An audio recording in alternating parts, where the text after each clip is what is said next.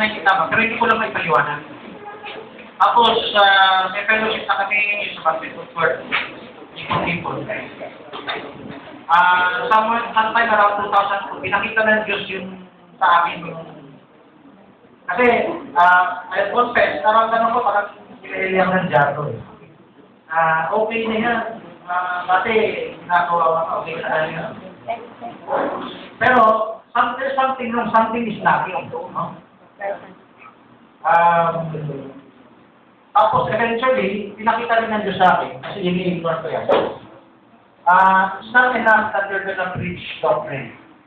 Pwede palalim ng palalim, kasi meron Sunday night na palalim ng palalim ang kaplan. Marami nang excited, pero yung dami, hindi kasi dami nasa basketball court.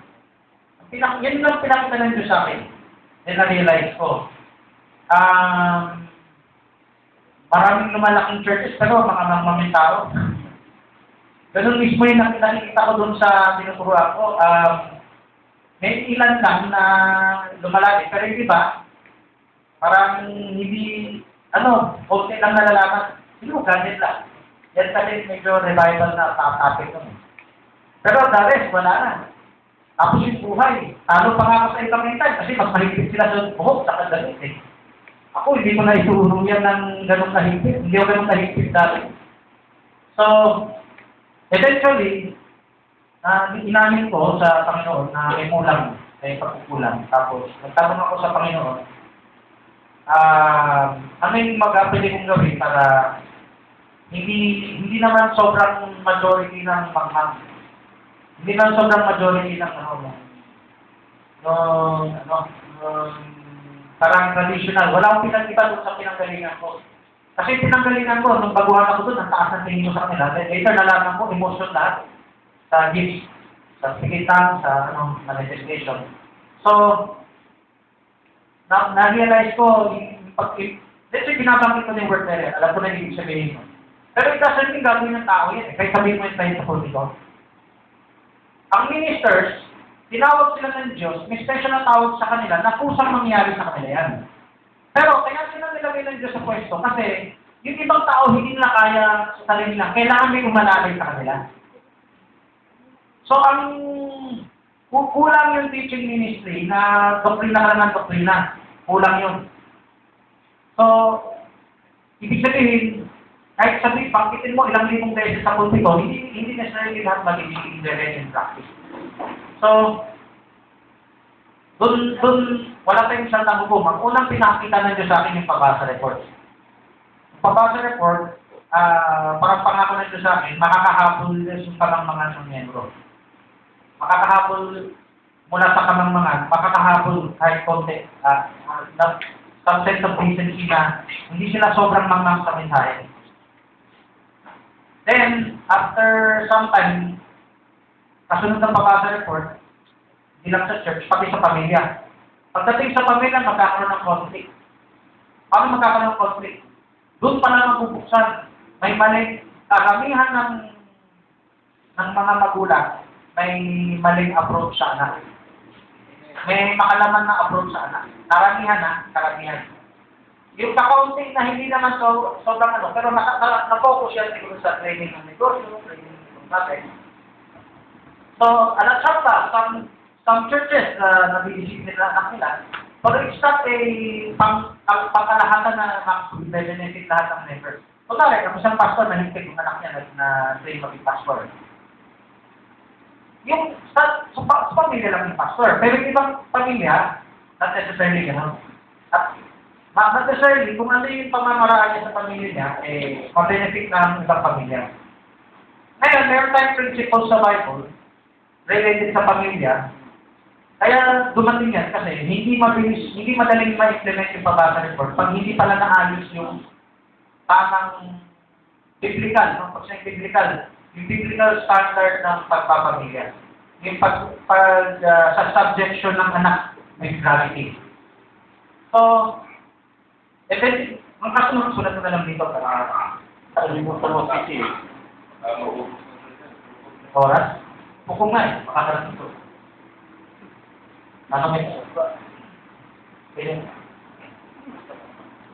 Okay. So, Kasi hindi mo na bawin. PTA na to? PTA na. PTA na to. Pinapatotoo ko lang yung pinahayag sa akin ng Panginoon all of these years. 1998, no? So, pag-operate. 2002, yung pabasa report. Hindi magtatagal kung sa pabasa report, lalabas na yung PTA. Kasi ang pabasa report, isang family devotional time lang yan. Ang PTA, hindi lang yan family devotional time. Ang PTA, patriarchal training, paano ba ang tamang approach ng magulang sa anak?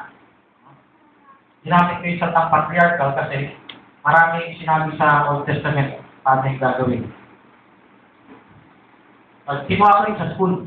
School, Parents Teachers Association, meron talagang, ang original purpose niya ay tulungan yung bata ay paano lumago. Parang may tulungan yan eh. School and parents.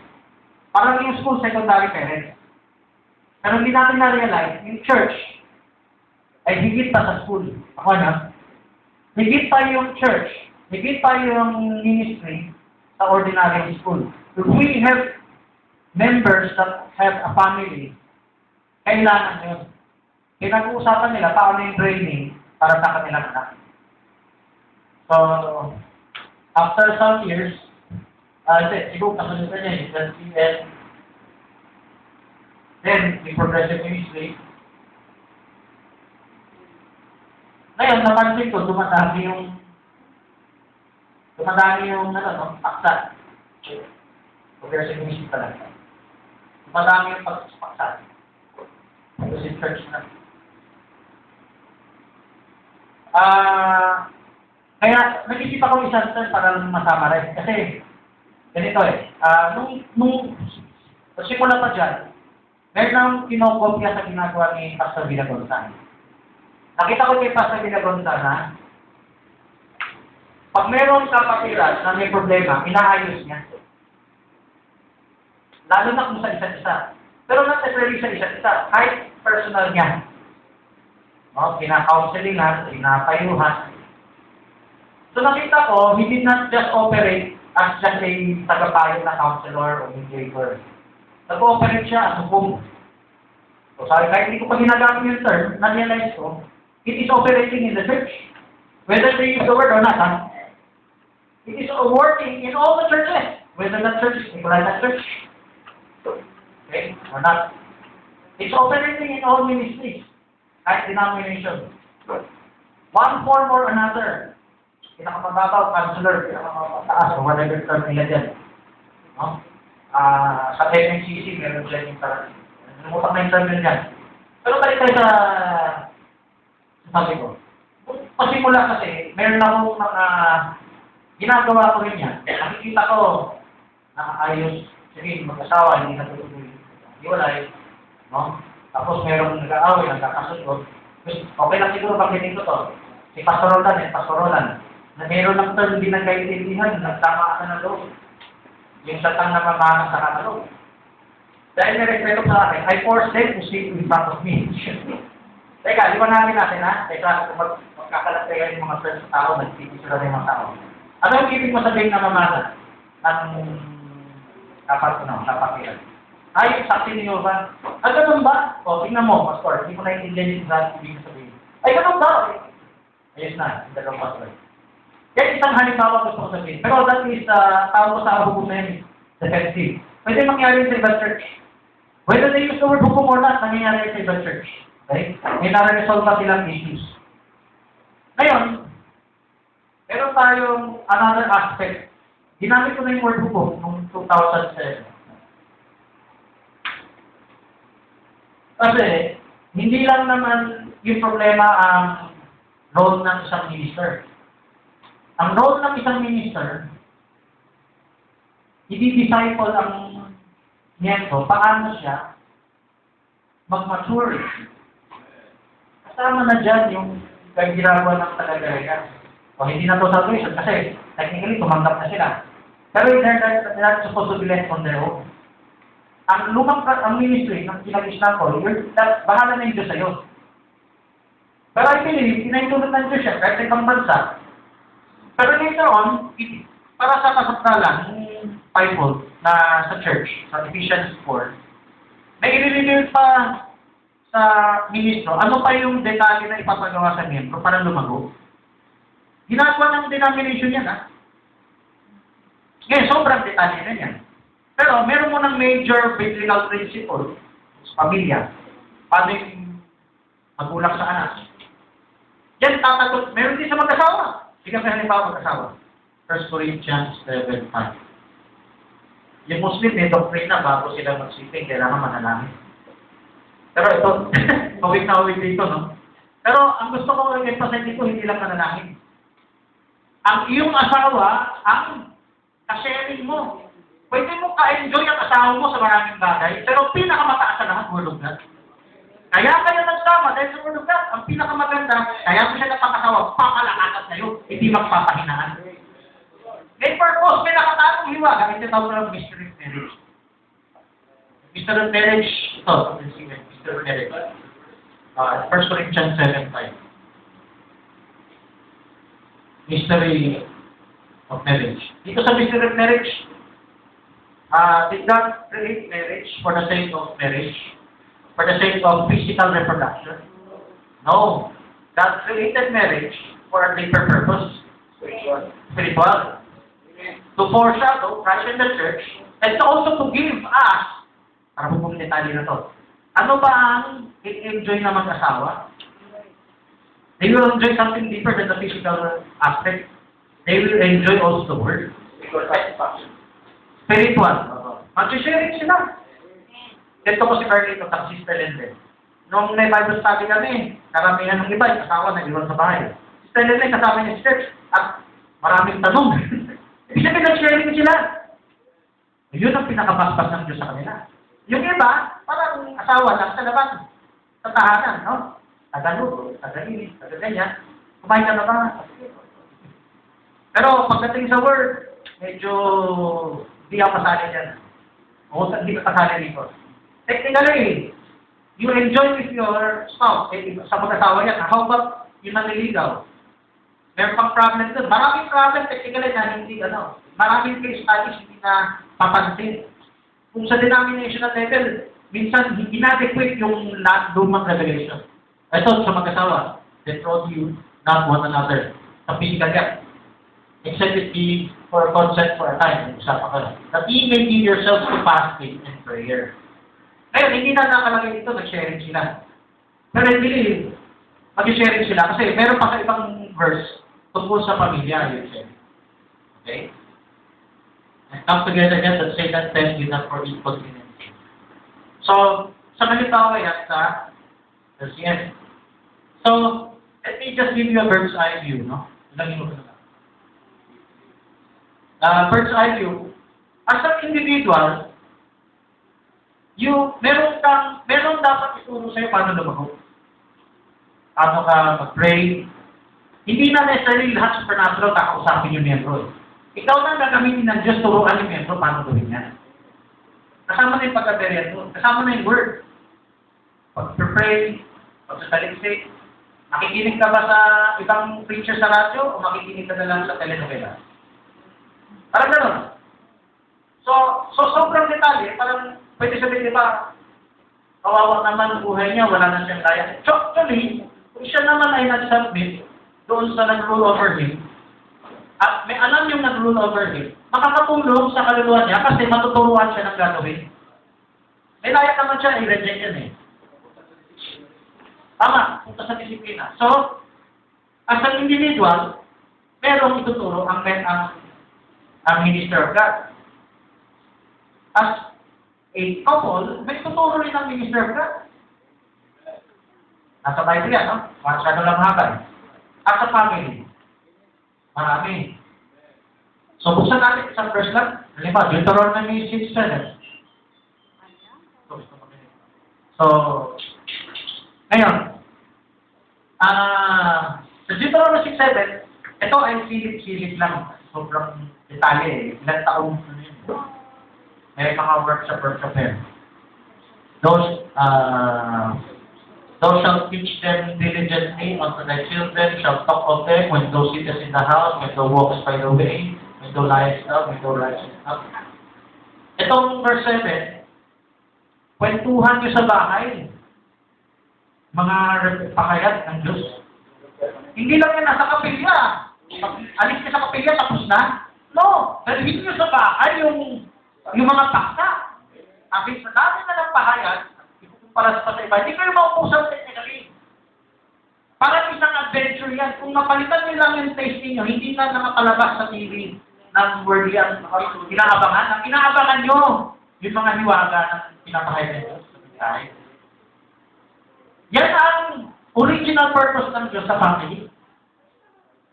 So itong pinag-uusapan, hindi lang yung mababaw sa verse 4, Hear, O Israel, Lord thy God is one Lord. Ang pag-uusapan natin, kasama na dyan lahat ng pahayag ng Diyos. Pag-usapan nyo sa bahay. Itong usap na to, hindi ito fixed time, ha? Kasi nakaupo, nakatayo, naglalakad. Diyos mo magiging barkada ang anak mo. Ito barkada sa anak mo, hindi sa pilitan. Sa kwentuhan. Doon pa lang sa tawagin mo dito, admonition. Ang admonition, walang kapilitan yan. Kasharing mo, anak mo. Pero, Ephesians 6:4, hindi lang admonition ang dapat na approach. Ang admonition ay kalahati lang ang approach. May nakashare ng pastor dati na si Pastor Edward. Sabi niya, may problema siya sa anak niya. Dalawang approach ginawa na niya, pinalibigan na niya, at gumamit na rin siya ng kapilitan, pamalo, para yung hindi nag-work. Okay? Kailangan kasi, mabalan mo itong dalawa. Pag na-mix mo itong admonition saka nurture, hindi mag-work. Mahirapan mag-work. Yan yung traditional na kinagisa ng mundo. Imbis na maturuan yung bata at mag-respeto sumunod, binibaby ang bata, inaamo ang bata para sumunod. Na-spoil. May iniisip niya, he or she can refuse. So, dito sa tinuruan ko ng PTA na hukom, may difference ang nurture at yung admonition. Yung admonition, yan yung Deuteronomy 6:7. Ang admonition, ang evil twin niya yung bungangit. Ang evil twin ng admonition, yung bungangera. Yung nagkakala. Yan yung evil twin. Kasi ayoko mamalo. Kasi gusto ko sumunod sa Diyos, ayoko manakit. Pero sa pagbubunganga niya, lalong naging rebelde ang anak niya. Hirap ng pala ng magulang mo. Oh. So, pero kadalasan na abutan ng magulang, mas gusto magbunganga kaysa gumamit ng simpleng authority, simpleng assert authority. Yung simpleng assert authority, technically, kung nagsimula ka maaga, wala ka nang gagamitin pamalo. Pero ang Bible, nagsabi ng pamalo, di ba? Kasi mayroong mga magulang, huli na magsisimula. Kaya pansamantala gagamit ng pamalo. Pero kung kaya mo i-offensive yan, kasi offensive hindi na yung problema.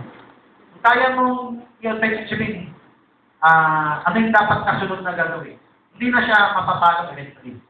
Kasi lalaki na lang siya, masasanay siya, maging obedient, at magkaroon ng pagmamahal. Paano magkaroon ng pagmamahal? Ang nurture, at pagsasanay yan, sinasanay mo yung bata. Pwede mo sanayin ng bata, sa umpisa, masama loob niya, kasi diyan ka lang nagsimula. 10 years old na bago nagsimula. Nahirapan siya kasi dati niyang in-enjoy, medyo mawawala. Pero pagkalapit siya isang linggo, 2 linggo, 3 linggo, pwedeng mag-enjoy siya sa ginagawa niya. Importante yung authority mo bilang pamilya, kung saan siya pagpagkalatan, impact para ma-implement yan. Hindi ka relax, hindi ka lakaw-lakaw. Completely implemented. Pag completely implemented, parang ang sundalo na yung anak mo sumusunod sa'yo bilang commander-in-chief. Pero yung admonition, kaibigan mo siya. Hindi naman lang ng oras may utos eh. May ibang oras na patay na oras. Yung patay na oras, abot ng kaya mo na may oras kayo mag-sharing kayo. Alam mo anak, mali yung Trinity. Ganun siya dun. Alam mo anak, ito yung talata sa ganyan. Ay, ganun ba tayo? Ikaw mo ng barkada ng anak mo. Hindi na dapat ang anak ko ma-excite sa ibang barkada sa labas. Kung ikaw muna naging barkada ng anak mo, nako, solid yan. Anak mo, revive sa'yo. Hindi lang sumusunod dahil tulong si church. Sumusunod dahil excited siya sa word. Katulad mo, pareho kayo, nag-enjoy sa word. Kahit mas bata pa siya sa'yo, pwedeng makapantay mo na nga sa sharing eh. At pinakamagandang legacy ngayon sa anak mo. Sa akte ito ng pipilian. Ano naman ako sa iba? Hindi naman PPA, sa progressive church. May sinabi ng propeta yung super church, di ba? Nung pinanggit ng isang presenter sa Blood Moon, pag lumabas to, baka lumabas na yung super church. Gusto ko mo pakita sa idea ng super church. May pinanggit ng propeta, ang purpose na pumunta sa church, ay nawala kayong COVID, mag-usap-usap kayo sa word of God. Pag-usapan nyo yung pahayag. So, bukas tayo ng isang talata ng dito. Silip-silip lang naman. Hebrews chapter 10, verse 25. Alam mo, madalas ikot to. Madalas pa ikot ng lahat mula denomination hanggang entire. Ay, meron tayo na overlook. Not forsaking the assembling of ourselves together. Ito ang ako focus. Huwag niyo kaligtaan ang pagtitipon. Focus. Ano ang hindi na babanggit? Exhorting one another. So, sa isang progressive ministry, ano ba yung nakapasok dyan? Oo, mangyayari din yan. Siyempre, sa traditional na ritualistic church, no? Pagkikismisa na lang. Pero kung may excitement sa word, hindi sabihin, hindi lang ito para sa pamilya, no? Spiritual na pamilya to, kapatiran na to. Mag-enjoy kayo sa sharing. Dahil ko nga, ang say-say ng camp meeting yan eh. Gusto ko makadalo kayo sa lahat ng camp meeting. Pero yan ang gawin nyo. No? Kahit magtanong kayo ng paliwanag ng iba. Parang adventure, mag-explore kayo. Ano ba yung unawa nila? Oh. Yun ang nawawala sa camp meeting ngayon, di ba? Ernest Hart? Okay. Alam mo, yung fellowship sa kapilya, isang mini-camp meeting yan, na iba-ibang pamilya. Bawat pamilya, isipin natin, yan ay isang unit na church. Araw-araw may fellowship dyan. Tapos pagdating ng linggo, or ano man ang araw ng titipon dito, ito yung mini-camp meeting. Sa mini-camp meeting, dapat matutupad yan. At yan, matutupad, hindi lang yung tumayo sa harap. Yung tumayo sa harap, technically pwede, pero pag umabot na kayong 20, ang hirap-hirap naman kumain ng oras yan, wala pa tayo sa langit. Eh. Sa Psalms, may nakasulat yan, tatayo sa harap ng congregation, ite-testimony ang righteousness of God. Kasama siyempre pa kayo. Eh, yung ano, yung kung nasa lupa pa tayo, dyan na papasok ang cell group. Saan manggagaling ang cell group? Ito ay pinahalimbawa ni Kristo. Naalala niyo si Kristo, pinagrupo-grupo niya yung tao na papakainin niya ng tinapay at isda. Sino nakaalala sa mali? Okay. Hindi siya direkta nagpiraso. Hindi lang 5,000, 10,000 kasi kasama mo lang ang asawa lang eh. Ang piniraso niya, kung ilan nahatin yun? Ilan tayo hatin niyo? 50 or 100? Siguro 50 or 100, sabi natin. 100 groups. Ang piniraso niya, isang grupo, isa. Yung grupo na yun ang nagparami ng tinapay. Kita niyo? Ibig sabihin, mas maraming tinapay, magagawa yung grupo na yan, kasi doon sa isang speaker. Sa isang speaker, mayroong nakikinig, mayroong inaantok. Sa set group, mas marami ang drawing ako doon sa trucks, yung speaker, thunder na sa likod niya, yung sa likod niya. Pero pag nag-cell group, yung angel nakatanda na nasa mga tao. Ay yung purpose ni Christ, to empower you. Kahit mababaw pa, alam mo, siyempre may pamamaraan sa baba, ano? Kahit mababaw, alam mo, pwede ka eventually mag-accelerate eh, kung tuloy-tuloy yan.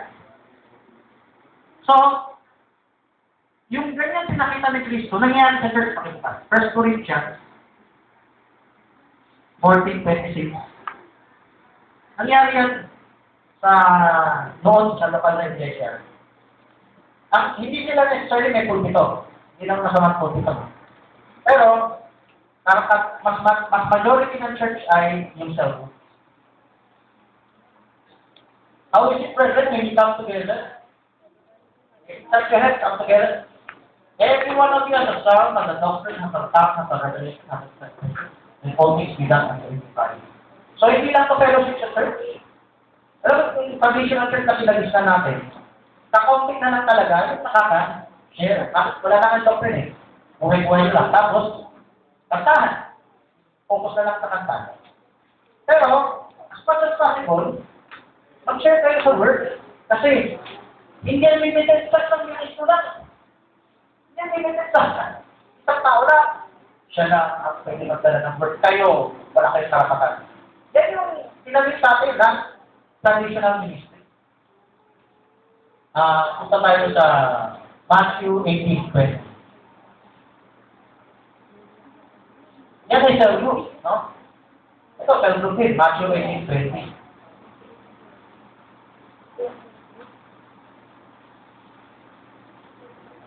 Matthew 18:20, where 2 or 3 are gathered together. Pwede yan sambahayan. Pwede yan, hindi magkakamag-anak. Pwede kapatiran at tipon-tipon lang. Saka niya? Cell group. Kailangan pa ba may pulpito at tayo tatlo lang kayo. Ang pulpito ay optional. We provide. Kasintahan. Ha? Kasintahan. Kasintahan. Sige. Okay.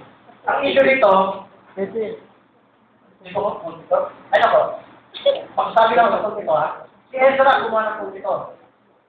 Pero hindi yan inutos na kailangan gawin ng Kristiyano.